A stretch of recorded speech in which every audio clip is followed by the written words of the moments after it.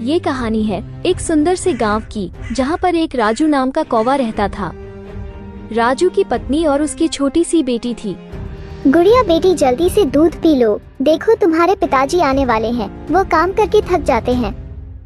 जल्दी से दूध पीकर सो जाओ। कुछ देर बाद राजू अपने काम से आता है। मैंने खाना बना दिया है, आप हाथ मुंह धो लीजिए और खाना खा लीजिए। हाँ लीला, मुझे बहुत भूख लगी है, जल्दी से हम मिलकर खाना खाते हैं। मेरी गुड़िया क्या कर रही है? वो दूध पीकर सो गई है। खाना खाकर हम दोनों अपने खेत जाएंगे, हमारी मूंगफली की फसल बहुत ही अच्छी हुई है। खाना खाकर दोनों खेत पहुंचते हैं। देखा लीला, हमारी मूंगफली की फसल कितनी अच्छी हुई है। मुझे अभी शहर जाना है, ये सारे मूंगफली बेचना है। ठीक है, तुम अपना ध्यान रखना। मेरा एक दोस्त है, वो ठेला चलाता है, मैं उसे अपने साथ लेकर जा रहा हूँ। जब तक मैं ना आऊँ, अपना और गुड़िया का ख्याल रखना। राजू गाड़ी लेकर शहर चला जाता है और उसके साथ कबूतर भी था।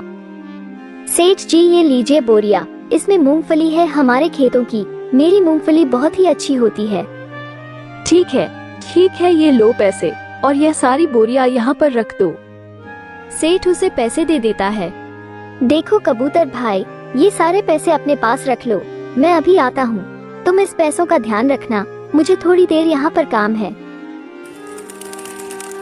अरे वाह, इतने सारे पैसे!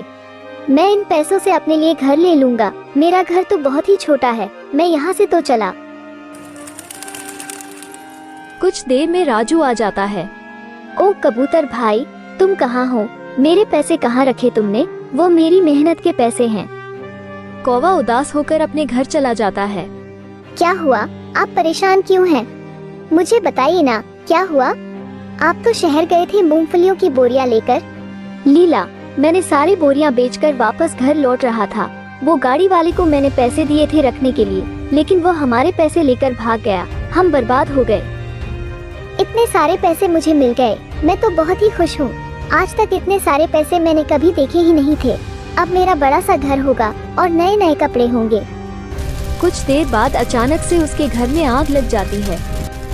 अरे, मेरे घर में आग लगी है। हे भगवान, कोई तो बचाओ। देखो, मेरे घर में आग लगी है। ये मेरे घर में आग कैसे लग गई? वो कुछ नहीं कर सकता था। उसे समझ आ जाता है कि मेरे कर्मों की सजा है। वो तुरंत पैसों को लेकर राजू के पास जाता है। मुझे माफ कर दो राजू, मैंने तुम्हारे साथ बहुत बुरा किया। देखो ना, मेरा सारा घर जल गया। ये सब मेरे कारण हुआ है। देखो कबूतर भाई, ये हमारे मेहनत के पैसे थे, इसलिए भगवान ने तुम्हें सजा दिए। तुमने अपनी गलती मान ली, इसलिए हमने तुम्हें माफ कर दिया। अब कभी भी किसी के साथ ऐसा मत करना। धन्यवाद दोस्तों, वीडियो को लाइक और चैनल को सब्सक्राइब करिए।